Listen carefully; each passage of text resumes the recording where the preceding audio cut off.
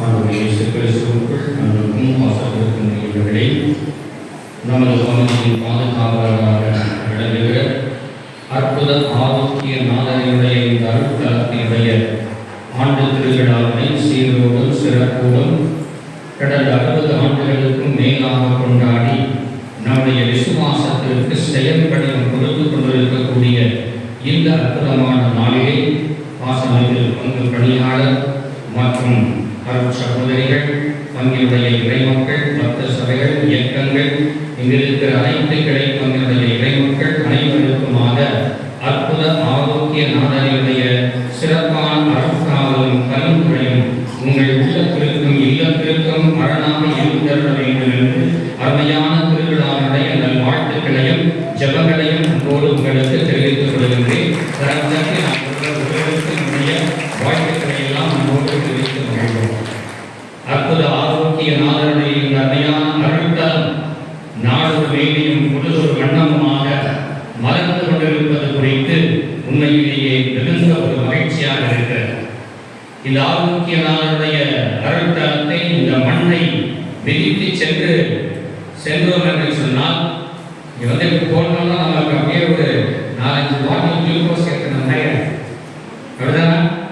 அதுபோல ஒரு மகிழ்ச்சி, ஒரு புத்தெழுச்சி, ஒரு தெம்பு, ஆரோக்கிய நாதனுடைய மேலான அருட்தலம் இப்பகுதியில் இருக்கிற அனைவருக்கும் அருளை தருகிற களமாக மாறிக்கொண்டிருப்பது குறித்து உண்மையிலேயே மன மகிழ்ச்சியோடு வாழ்த்துகிறேன். இந்த அருட்தலத்தினுடைய வளர்ச்சிக்காக பல்வேறு விதங்களில் ஒவ்வொரு பங்கு பணியாளர்களும், பங்கு இறை மக்களும் இணைந்து நீங்கள் அதனை சிறப்பித்துக் கொண்டிருக்கிறீர்கள். உங்களது விசுவாசத்தினுடைய வெளிப்பாடுதான் இந்த அருமையான ஒரு ஆலயம்.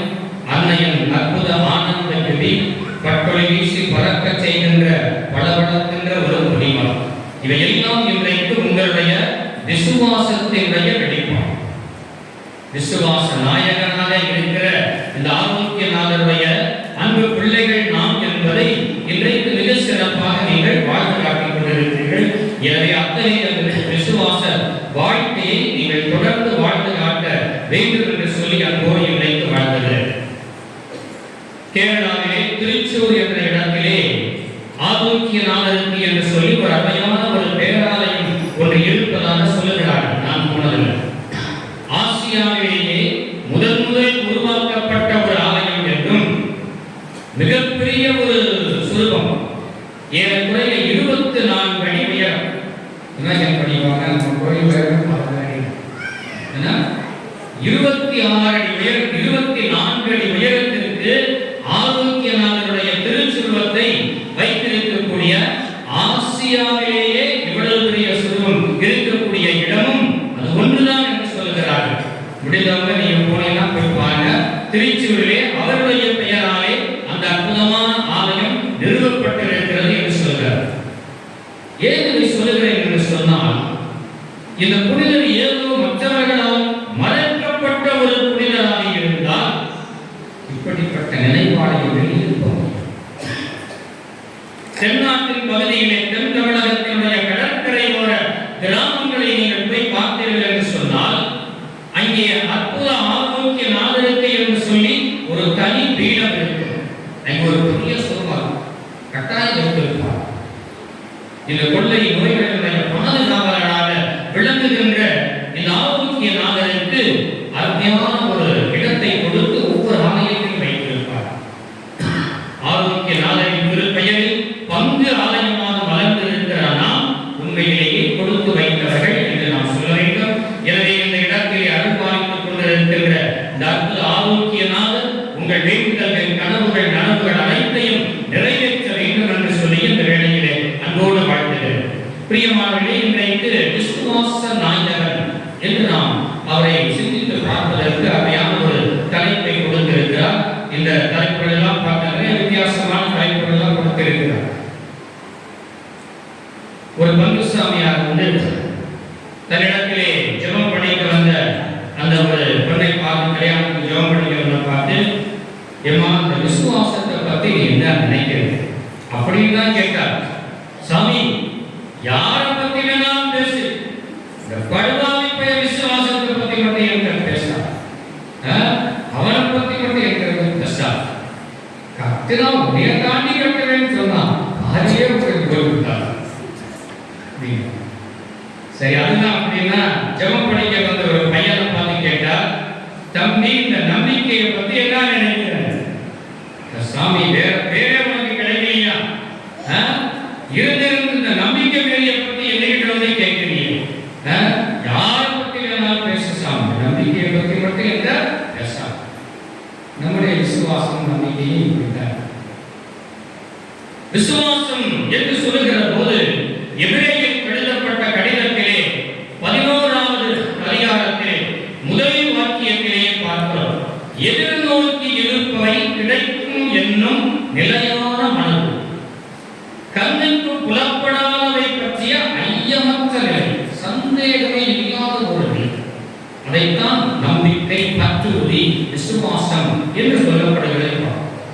இயேசுவின் பிரியமானவர்களே, இந்த விசுவாச வாழ்வு என்பது நமது கிறிஸ்தவத்திற்கும் சரியே எல்லா சமயங்களிலுமே ஒரு அடிப்படையான ஒன்றாக சுவாசம், விசுவாசம். அந்த சுவாசம் இல்லை என்று சொன்னால் நம்முடைய வாழ்வு மரத்து போனதாக. அதைத்தான் உண்மையிலேயே இன்றைக்கு நம்முடைய புனிதரின் வழியாக நாம் உணர்ந்துள்ளோம். இந்த புனிதருடைய வாழ்க்கையை பார்க்கிறோம். துவக்க வழியிலே கூட வாசித்தார்கள்.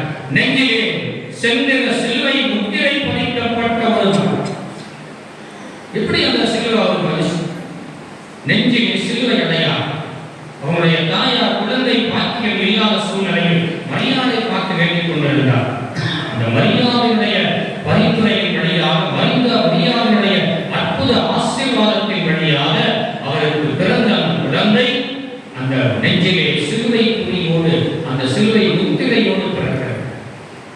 எனவே தன்னுடைய நெஞ்சிலே அசையாத விசுவாசத்தை அவர் காட்சியாகவே கொண்டு அவர் சிலுவையாக பிறந்திருப்பதை காண்கிறோம். இரண்டாவதாக காண்கிறோம், விசுவாசத்திற்காக தன்னை அவர் வெறுமைப்படுத்துகிறார். வளர்ந்த இடத்திலே எல்லாவற்றையும் தன் மாமனிடத்திலே கொடுத்துவிட்டு நாடோடி பயணத்தை மேற்கொள்கிறார். அதன் பிறகு போகிற இடத்திலே நோய்வாய்ப்பட்டவர்களை, அந்த காலத்தின் சூழ்நிலையிலே நோய்வாய்ப்பட்டவர்களுக்கு என்ன செய்ய முடியுமோ அவர்கள் அத்தனை பேருக்கும் அதை செய்கிறார். அவரும் அதனாலே பாதிக்கப்படுகிறார். மீண்டும் தன்னுடைய நாடு நோக்கி திரும்பி வருகிறார். திரும்பி வருகிற வேளையிலே தான் வந்த அந்த துன்பத்தில் இருந்து, அவர் பட்ட அந்த பாடுகளில் இருந்து மீண்டு அவர் வந்து சேர்ந்த பிறகும் கூட அவராலே அந்த அடையாளத்தை அவர் காட்டிக் கொள்ளவில்லை. தான் ஒரு அரச குடும்பத்தை சார்ந்தவன் என்பதை அவர் காட்டிக் கொள்ளவில்லை. ஒரு உளவாளி என்று சொல்லி பிடித்து அவரை சிறையில் 5 ஆண்டுகள் சிலுவையிலே சிறையிலே இருந்து அது பிறகு மறித்து போனார். இயேசுவின் பிரியமானவர்களே, இந்த நாளிலே இந்த விசுவாசத்திற்கு முதலாக நாம் என்ன செய்ய வேண்டும்? அந்த புனிதருடைய வாழ்க்கையிலே எது அடிப்படையாக இருந்தது என்று பார்ப்போம் என்று சொன்னால் வெறுமைப்படுத்துகிறது. விசுவாசத்திற்கு வேண்டும் என்று சொன்னால், விசுவாசத்தினுடைய முத்திரை அங்கே இருக்கிறது என்று சொன்னால் வெறுமைப்படுத்த கற்றுக்கொள்கிறார். விவிலியத்தின் தொடக்கத்தில் இருந்து கடைசி வரைக்கும் நாம் அனைவரும் சொல்லலாம்.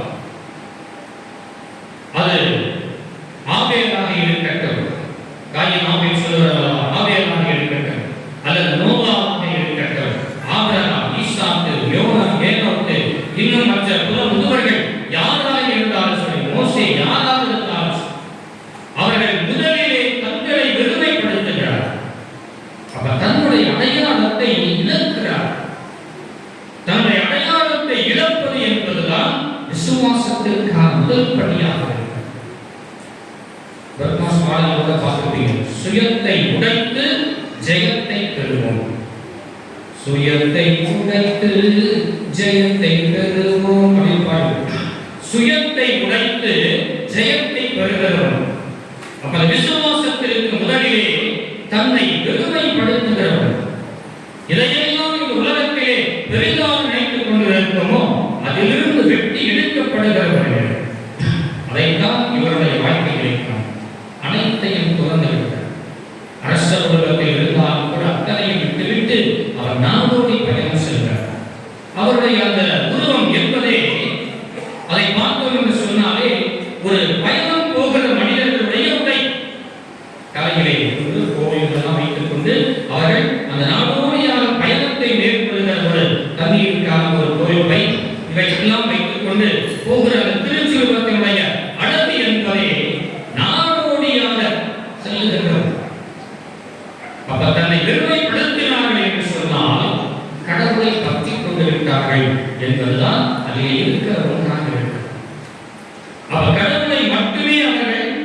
கொண்டவர்களாக பயணத்தை தொடங்குகிறார்.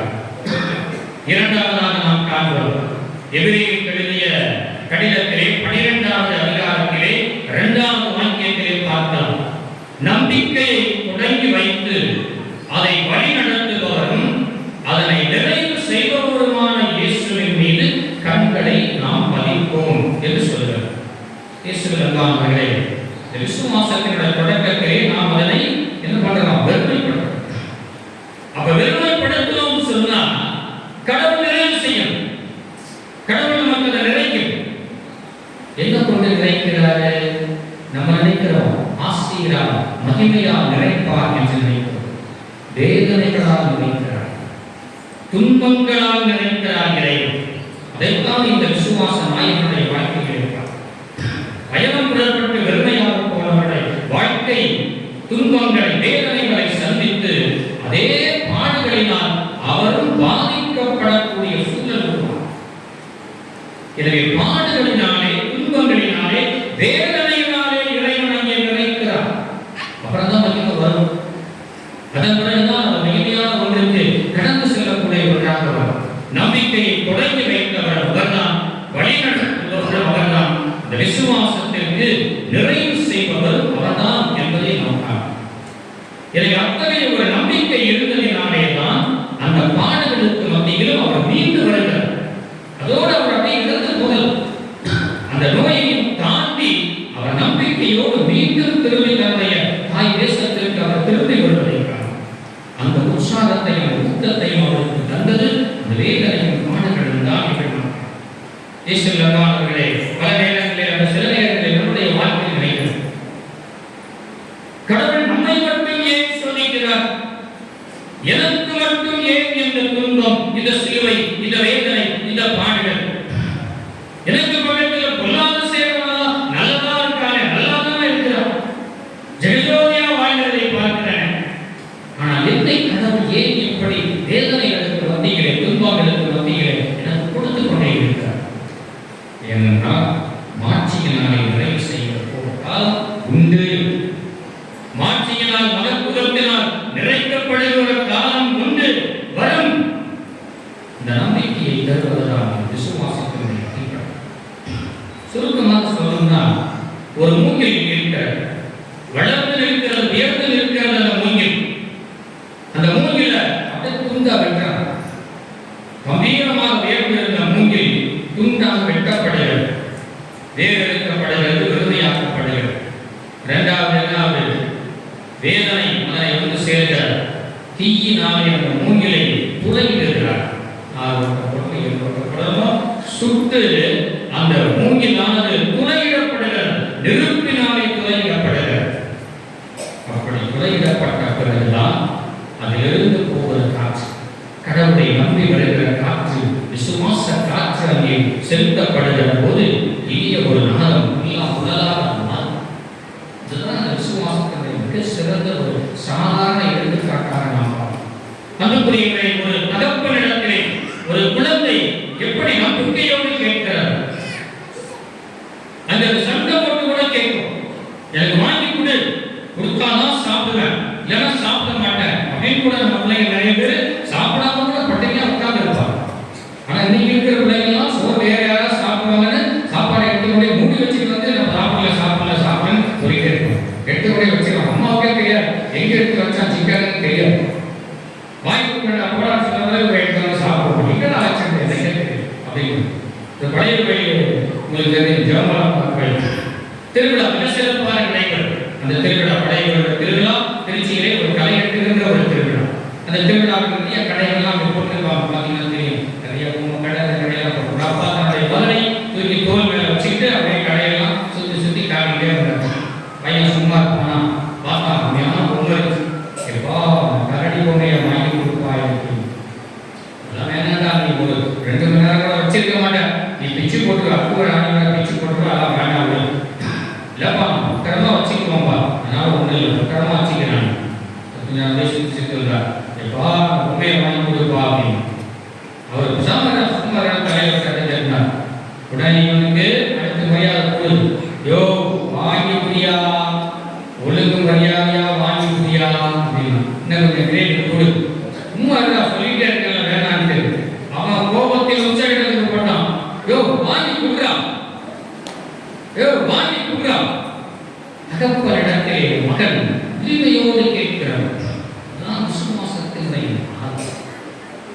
விசுவாசத்தினுடைய மூலமானவர்.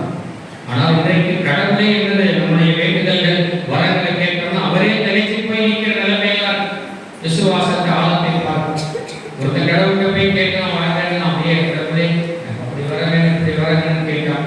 அவரும் முன்னாடி வந்து நின்னார், தம்பி 2 வரை கேள்வி, ஆனா உனக்கு ஒண்ணுதான் தரணும், ஆனா 2 கேள்வி, ஒண்ணுதான் உனக்கு தரணும், ஆனா அதை மாற்றமே இல்லை, நீ கேள்வி அப்படின்னா. உடனே அவன் சொன்னான், இந்தியாவிலிருந்து ஜப்பான் வரைக்கும் கடலுக்கு கீழே வந்து என்ன பண்ணணும், பெரிய பாலம் போடணும், டியூப்வெல்ஸ் போட்டு பெரிய சுரங்க பாலம் போடணும் கடவுள். அப்படியா, சரி ரைட். அடுத்த 2வது கேள்வி, என் மனைவியினுடைய வாயை அடைக்கிற கடவுளே, எப்படியாவது என் மனைவியுடைய வாய் பேச விடாம மாதிரி என் பொண்டாட்டியுடைய வாயை அடைக்கிற கடவுளே. அவர் கேட்கிறார், நீ கேட்கிற 2வது செய்யறது ரொம்ப கஷ்டம். நீ கேட்க அந்த டிப் ரயில்வே போகணும்னு சொல்லல, 2 படி போகணுமா 4 வழி போகணுமா சொல்லி போட்டேன். டபுள் வே வேணுமா 4 வே வேணுமா 6 வே வேணுமா அது கூட போட்டேன். கடவுளையை திகழ்ச்சி செய்யக்கூடிய மகன் இயேசுவை புரிமையானவர்களே, இந்த விசுவாசத்தினுடைய அந்த சோதனைகளை ஏற்றுக்கொள்ளுகிற மனப்பக்குவம் இந்த பாதுகாவலருடைய வாழ்க்கையில் அவர் நினைத்திருந்தால் திரும்பி வந்த பிறகு தன்னுடைய அடையாளத்தை காட்டி இருக்கிறார். கவர்னர் தன்னுடைய மாமனைக்கு வரதா இருக்கிறார், ஐயா நான் தான் நல்லா பார்த்து வர்றார், நான் தான் காட்டுகிறேன். தன்னுடைய அடையாளத்தை அவர் காட்டிக்கொள்ள விரும்பவில்லை, சிறையில் அடைக்கப்படுகிறார். விசுவாசத்தினுடைய பாடுகளை தன் வாழ்க்கையில் முழுமையாக அவர் ஏற்றுக்கொள்வதை உன்னை அழைத்த இறைவன் உண்மையுள்ளவர், சொன்னதை செய்து முடிப்பவர், சொல் தோறாதவர் என்று சொல்வது போல இறைவன் என்னை வழிநடத்துவார். இந்த ஒரு நம்பிக்கை அவருடைய வாழ்க்கையிலே கடைசி வரை இருந்தது. இயேசுவை பிரியமானவர்களே, மார்க்கு செய்தியிலே நம்ம 5வது அதிகாரத்தில் 36வது வாக்கியத்தை பார்த்தோம்னா இயேசு சொல்லுவார், என்ன இது, பெரும்பாலுள்ள பெண் வருகிறார், நம்பிக்கையோடு வருகிறார், இயேசுவை கொடுக்கிறார், உணவு வருகிறார், மகளே உன் நம்பிக்கை உனக்கு நலமடைந்தது அப்படின்னு சொல்றார். இந்த போயிட்டு இருக்க வழியிலே சொல்றாங்க, யாருடைய மகள் வந்து இறந்து போயிட்டாங்க, இனிமே நீ வந்து போதகரை டிஸ்டர்ப் பண்ணாத விட்டு அது காரியம் முடிஞ்சு போச்சு, டிஸ்டர்ப் பண்ணாத அப்படின்னு சொல்றாங்க. இது இயேசுவின் காதில் விழுது. இந்த வார்த்தை இயேசுவின் காதில் விழுந்ததும் இயேசு அந்த யானைகளை பார்த்து தொழுகைக்குள்ள தலைவரை பார்த்து சொல்கிறார், அஞ்சாதே, நம்பிக்கையை மட்டும் விடாதே, அஞ்சாதே, நம்பிக்கையை மட்டும் விடாதே என்று சொல்வதை காணலாம். இந்த நம்பிக்கை தான் இயேசு ஒவ்வொருவருக்கும் நலம் தந்தது. உன் நம்பிக்கை உனக்கு நலம் ஆயிற்று, உன் நம்பிக்கை உனக்கு நலம் அளித்தது, உன் நம்பிக்கை உனக்கு பார்வை கொடுத்தது, உன் நம்பிக்கை உன்னை மீட்டெடுத்தது, சென்று வா என்று சொல்லி அந்த அசையாத விசுவாசத்தில் நிலைத்து நிற்பதற்கு ஆண்டவர் இயேசு நமக்கு நற்செய்தியினுடைய பல பக்கங்களிலே கற்றுக் கொடுப்பதை நாம் காணலாம். இயேசுவுக்குரியவர்களே, சிறப்பான நாளிலே நாம் இந்த புனிதரை விசுவாச நாயகன் என்று சொல்கிறோம் என்று சொன்னால் அவருடைய பெயராலே இன்றைக்கு நடக்கக்கூடிய அற்புதமான காரியங்கள் தான் இந்த நம்பிக்கைக்கு செயல் வடிவம் இன்றைக்கு கொடுத்துக் கொண்டிருக்கிறது. அந்த நம்பிக்கையினால் அவர் வாழ்ந்தார், அவர் மீது கொண்டிருக்கிற அந்த ஒரு நம்பிக்கையினால் இன்றைக்கு நாம் நமது வாழ்க்கையிலே அதிசயங்களையும் அற்புதங்களையும் காண முடியும். சீடர் பல நேரங்களில் அந்த இயேசுவின் மீது கொண்டிருக்கிற விசுவாசத்தை மறந்து போனார். ஆனால் இயேசுவை மீது நாம் வைக்கிற விசுவாசம் இயேசுவினுடைய விசுவாசமாக மாறும். அதுதான் the faith in Jesus has to be transformed the faith of Jesus. இயேசுவின் மீது நாம் வைக்கிற நம்பிக்கை விசுவாசம் இயேசுவினுடைய விசுவாசமாக, இயேசு எப்படி அவருடைய தந்தையின் மீது வைத்தாரோ அந்த விசுவாசமாக மலர்கிற போதுதான் இன்றைக்கு நற்செய்தியிலே நாம் காண்கிறோம். நம்புகிறதை செய்வான், என் மீது நம்பிக்கை கொள்கிறவன் பெரிய காரியங்களை செய்வான், ஏன் என்னை விட பெரிய காரியங்களை கூட செய்வான், செய்ய முடியும், நம்புகிறவனுக்கு எல்லாம் கூடும் என்று சொல்லி இயேசுவே அந்த நம்பிக்கையை ஆழமாக வெளிப்படுத்துவதை பார்க்கிறோம். அதனால்தான் இந்த புனிதர்களும் இந்த இயேசுவினுடைய திருத்தூதர்களும் இயேசுவின் பெயராலே அங்கே அவர்கள் விசுவாசத்தை அளிக்கின்றார். நம்ம பார்க்கும் தெரியும், பேதுரு அந்த திருத்தூதர் பணிகளிலே அவர் அளவு வாங்கி போயிருக்கிறார். ஜெபம் மத்தியானம் 3 மணிக்கு ஜெபம்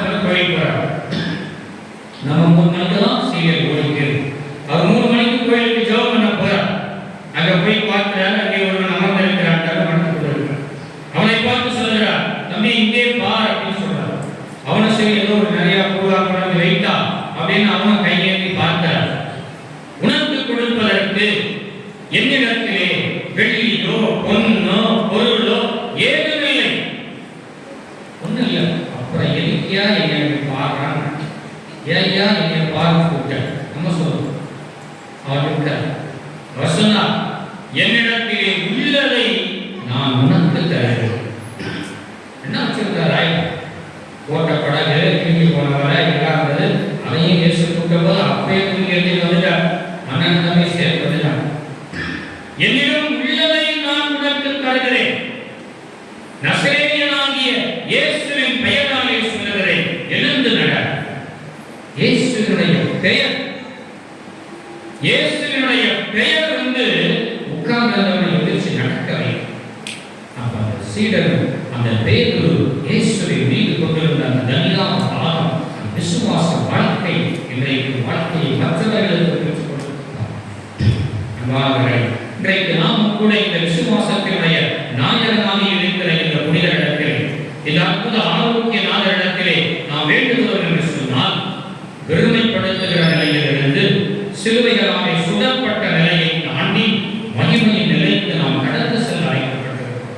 அப்படி என்று சொன்னால் கடவுள் என் வாழ்க்கைக்கும் நன்மையை தருவார். காலங்கள் மாறும், கோலங்கள் மாறும், என் வாழ்க்கைக்கும் கடவுள் நல்லதை செய்வார். நீங்க நினைச்சு பாருங்க, ஒரு 40 வருஷத்துக்கு முன்னாடி இந்த இடம் எப்படி இருந்தது? 50 ஆண்டுகளுக்கு முன்பாடி இந்த இடம் எப்படி இருந்தது? இன்றைக்கு அற்புத ஆரோக்கிய நாளின் அருள்தலமாக மாறி இருக்கிறது என்று சொன்னால் தெய்வீக அருள் இங்கே குடிகொண்டிருக்கிறது. தேவனுடைய கருணையாக இருக்கிறது, தேவனுடைய கிருபையும் கரமாக இருக்கிறது, தெய்வீக ஆற்றல் இங்கே செயல்படுகிறது என்பதைத்தான் நாம் சொல்ல முடியும். மனிதனுடைய பலன் எதுவும் இல்லை. கடவுளுடைய திட்டம், கடவுளுடைய செயல், தெய்வீக ஆற்றல் இங்கே செயல்படுகிறது என்பதைத்தான் இங்கே நாம் சொல்ல முடியும் என்று சொல்லியிருக்கிறார். இயேசு அருமையானவர்களே, இன்றைக்கு நாம் அத்தகைய ஒரு விசுவாசத்தை நம்முடைய வாழ்க்கையில் வைத்துக் கொள்வோம். முதல் கடிதம், யோவான் எழுதிய முதல் கடிதம் 5வது அதிகாரம் 4வது வாக்கியத்திலே பார்க்கிறோம், உலகை வெல்வது நம்பிக்கை. எல்லாவற்றையும் உலகையை தாண்டி வெல்லக்கூடியது நாம் வைத்திருக்கக்கூடிய நம்பிக்கை. யாக்கோபு 2வது அதிகாரத்திலே 17வது வாக்கியத்திலே சொல்லுகிறார், செயல் வடிவம் பெற வேண்டும். அதுதான் அடுத்த முக்கியமான ஒரு கட்டம். இந்த நம்பிக்கை செயல் வடிவம் பெற வேண்டும். செயல் வடிவம் பெறலன்னா அது தன்னிலே உயிரற்றதாக இருக்கும். அப்படி நம்முடைய விசுவாசங்களை செயல் வடிவம் கொடுக்க வேண்டும். இந்த செயல் வடிவத்தினுடைய ஒரு மாதிரி தான் இந்த ஆலயங்கள் அத்துறை வந்திருக்கிற இந்த இடத்திலே வளர்ந்திருக்கிற அத்துறை நிகழ்வுகளும் உங்களுடைய விசுவாசத்தை நீங்கள் செயல்படுத்தி இருக்கிறீர்கள் என்பதனுடைய வெளி அடையாளமாக இருக்கிறது. ஆனால் என் குடும்பத்திலே, என் சமூகத்திலே நான் யாராக வாழ்ந்து கொண்டிருக்கிறேன், யாருக்காக நான் வாழ்ந்து கொண்டிருக்கிறேன், யாரை நம்பி நான் வாழ்ந்து கொண்டிருக்கிறேன். இந்த 2 கேள்வி நீங்க கேட்பார். அவருடைய வாழ்க்கையில் அவருக்கு அந்த கேள்வி இருந்தது, அதனால் நான் விரும்பப்படுத்தினார். அந்த இயேசு மட்டும் போதும் என்று அவர் புறப்பட்டார்.